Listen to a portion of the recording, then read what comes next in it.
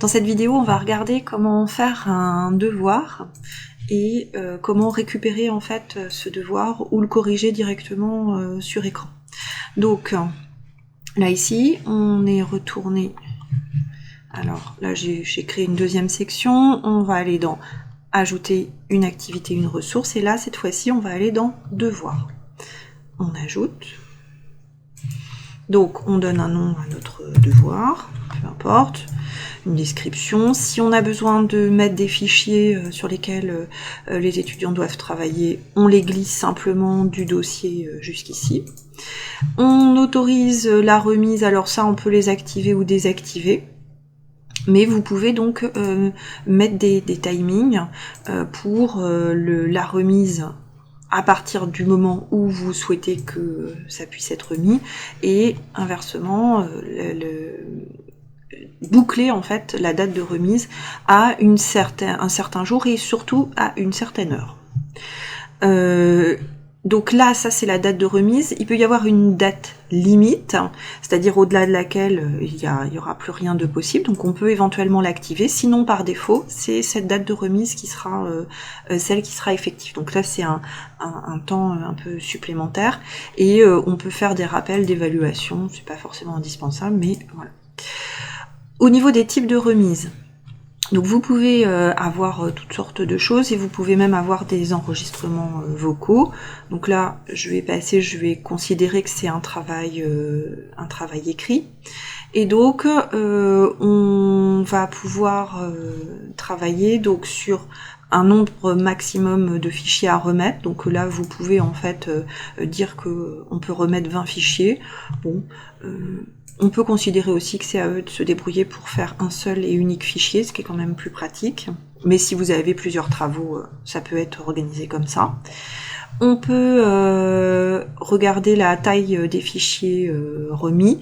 Donc par défaut, il est au maximum à 10 mégas, mais vous pouvez descendre la taille maximale des fichiers qui sont remis.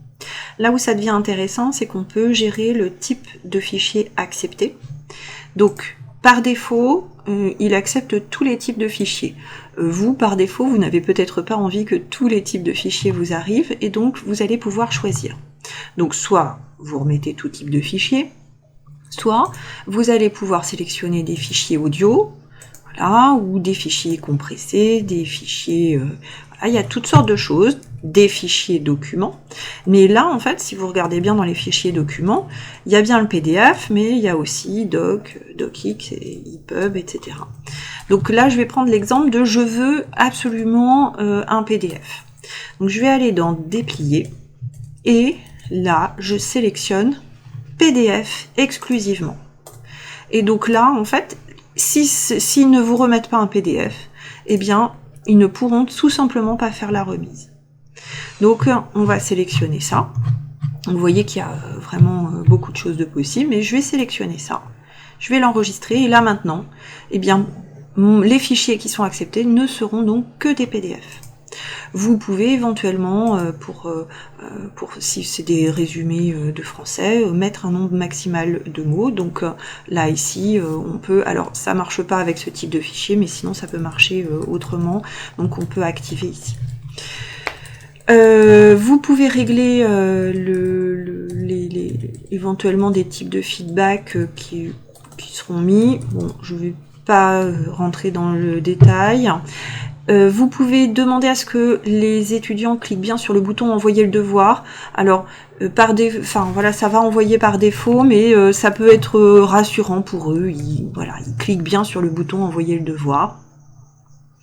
Alors dans certains cas, vous pouvez en fait demander à ce que le logiciel reprenne les travaux plusieurs fois, c'est-à-dire qu'ils peuvent recorriger leurs travaux jusqu'à ce qu'ils considèrent que ce soit réussi. Et donc là, on peut mettre un nombre maximal de tentatives. Donc vous pouvez corriger en fait plusieurs fois un même travail jusqu'à ce que ce soit terminé.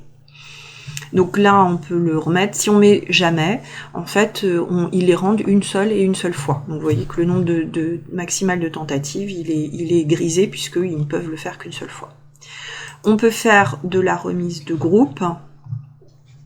Et là, ces notifications, elles sont là surtout pour notifier en fait quand il y a plusieurs évaluateurs. Au niveau de la note, donc par défaut, la note maximale qui est attribuée, c'est 100, mais bien sûr, vous pouvez la gérer comme vous l'entendez. Et on peut avoir différents types. Là, on va garder un type point qui est vraiment le plus simple. Une méthode d'évaluation, donc soit avec grille, ou là je vais garder l'évaluation simple directe, hein, après on rentre dans des détails qui sont pas forcément intéressants. Et alors, la note pour passer, ça peut être intéressant, on verra ça peut-être plus tard. Par exemple sur 10, je vais mettre une note pour passer qui sera par exemple de 8. C'est la note en fait à partir de laquelle au niveau de mon carnet de notes, ça apparaîtra en vert, alors que en dessous ça apparaîtra en rouge. Et c'est aussi la note à partir de laquelle on va pouvoir attribuer un badge. Donc c'est des petites décorations numériques que les étudiants peuvent obtenir. Bon, ils aiment beaucoup ça, ça a un intérêt diffus, mais c'est vrai qu'ils aiment beaucoup. On peut éventuellement faire une évaluation à l'aveugle, donc auquel cas on ne verra pas le nom des élèves s'afficher. Au niveau des réglages, toujours vous pouvez régler la disponibilité comme d'habitude. On peut donc cacher et puis rendre apparent depuis la page générale au moment où on a envie de le rendre apparent. Bon, restreindre les restrictions, les tags et les compétences, on va passer dessus. Et donc là, on va enregistrer et afficher. Donc là, pour l'instant, il n'y a pas de participants dans le cours, donc bon, évidemment, tout est à 0. Mais donc là, ici, on a cette page qui s'affiche et on va pouvoir consulter les travaux qui vont être remis.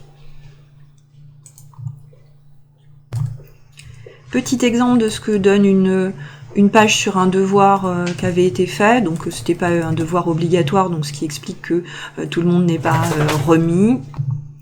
Donc là, si on clique sur consulter les travaux remis, voilà le type d'écran que l'on va obtenir.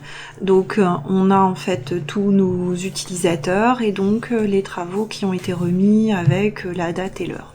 Donc là, c'était simplement des photos, donc il n'y avait pas, ça n'a pas été spécialement noté, mais donc là on a tous nos travaux qui sont rassemblés. Si on descend tout en bas de cette page, alors on trouve ces boîtes-là. Donc on peut verrouiller la remise des travaux. Donc si vous aviez laissé la possibilité de le rendre, de modifier les remises, là du coup, en fait, vous allez verrouiller, il n'y aura plus de modifications possibles. Et puis on pourra en fait télécharger donc tous ces travaux. Alors donc là, deux options. Soit vous souhaitez en fait télécharger les travaux qui ont été remis. Donc là, on va dans notre colonne de gauche et on va télécharger nos travaux. Donc par exemple, si vous voulez faire une impression, donc là, on télécharge et en fait, on va obtenir un fichier compressé. Et dans ce fichier compressé, on trouvera tous les PDF de tous les travaux de nos élèves. Donc ça, c'est la première option, c'est voilà, je veux récupérer en fait tous mes PDF d'un seul coup, éventuellement, donc pour pouvoir les imprimer. Après, si on veut pouvoir les corriger en direct, eh bien, on va aller cliquer sur nos travaux. Donc là, on va cliquer sur notre fichier compressé. Donc ça, c'était si vous vouliez récupérer en fait les PDF des devoirs. Si au contraire vous voulez corriger directement en ligne, eh bien vous repartez d'ici et vous allez cliquer sur Notes. Alors vous pouvez prendre n'importe lequel de vos étudiants. Donc là ici, on va cliquer sur Notes. S'ils vous ont bien rendu des PDF, en fait vous les aurez directement à l'écran. Par contre, si ce sont d'autres formats, éventuellement ils peuvent être ici donc alignés. Alors pour les PDF, donc on peut en fait directement les corriger en ligne, c'est assez pratique. Donc vous pouvez mettre des commentaires. Donc vous pouvez choisir la couleur du fond de commentaire qui est la plus adéquate en fonction de l'image que vous avez. Donc là on va mettre un commentaire. Et donc là, ici, on aura un petit commentaire qui s'affiche. Donc il est interactif. Quand ils passeront dessus, ils verront le commentaire. Vous pouvez déplacer ce commentaire s'il n'est pas à la bonne place. Voilà. Et donc là, ici, on aura un commentaire. Ces commentaires, en fait, ils peuvent éventuellement être récurrents et enregistrés. Et donc, voilà, vous avez des listes de commentaires, en fait, que vous pouvez faire. Vous pouvez également alors vous pouvez écrire directement sur le document, c'est pas forcément très simple mais vous pouvez le faire. Vous pouvez tracer toutes sortes de choses, surligner des choses éventuellement et donc changer évidemment la couleur de l'encre pour surligner. Et puis pour aller plus vite, il y a le mode tampon, donc là ici par défaut c'est la croix, donc vous pouvez indiquer avec ce tampon à un endroit qu'il y a une erreur. Mais vous pouvez indiquer d'autres choses, vous pouvez indiquer quand c'est juste, et vous pouvez indiquer, voilà, des petites icônes, content ou pas content. À côté de ça, vous allez pouvoir rajouter directement des commentaires dans la case qui est ici, et indiquer votre note. Alors vous pouvez notifier vos étudiants, ça leur enverra une notification sur leur adresse net au centre, comme quoi ils ont bien été corrigés. Et donc là, si je fais enregistrer, bon, je resterai sur ma page, et sinon je fais enregistrer, afficher la suite, et l'utilisateur, enfin le devoir suivant va s'afficher. Donc là, on va réafficher en fait un nouvel utilisateur. Si les PDF ont plusieurs pages, vous pouvez donc passer d'une page à l'autre, comme ceci. Et si, en dehors de toute notation, vous voulez passer d'un utilisateur à un autre, vous cliquez tout simplement ici. Et là, vous changez en fait de copie.